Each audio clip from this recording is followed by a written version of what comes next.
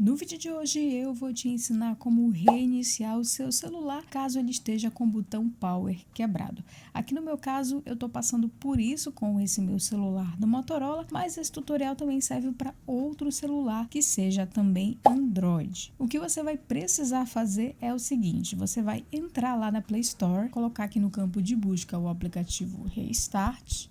Vamos pesquisar aqui e aqui nós temos essa primeira opção. Galera, essa aqui é apenas uma sugestão, existem outros aplicativos que você também pode usar. Esse aqui foi o melhor que eu encontrei, né? O mais fácil e simples de usar. Você vai então selecionar o aplicativo, vai simplesmente instalar ele aí no seu celular. Lembrando que você não precisa ter root aqui no celular para poder usar esse aplicativo. Como eu já instalei ele aqui, então vamos abrir aqui, eu deixei bem aqui na tela inicial do celular, eu vou selecionar ele aqui. Pode ser que apareça para você alguma propaganda, mas é só pular a propaganda aqui, é bem simples você ir para o aplicativo. Bom, a gente já está aqui dentro da interface dele, ele tem esse mega botão aqui na frente, você vai clicar aqui em cima dessa bolinha e aí ele vai justamente acionar as três opções que são as opções do botão power, né? Quando você pressiona, que é a captura de tela, o reiniciar e o desligar. Isso aqui no caso desse modelo do Motorola. Se for um modelo talvez mais novo aí de Android, pode ser que tenha outras opções também. É só você selecionar então a opção de reiniciar e pronto, você já vai ter um botão virtual aí para te auxiliar nesse caso de botão power quebrado. Eu espero que esse vídeo tenha te ajudado. Não esquece de deixar um joinha, se inscrever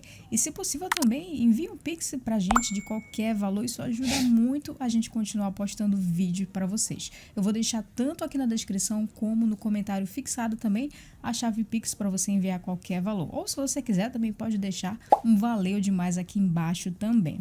A gente se vê numa próxima aqui no canal e até lá!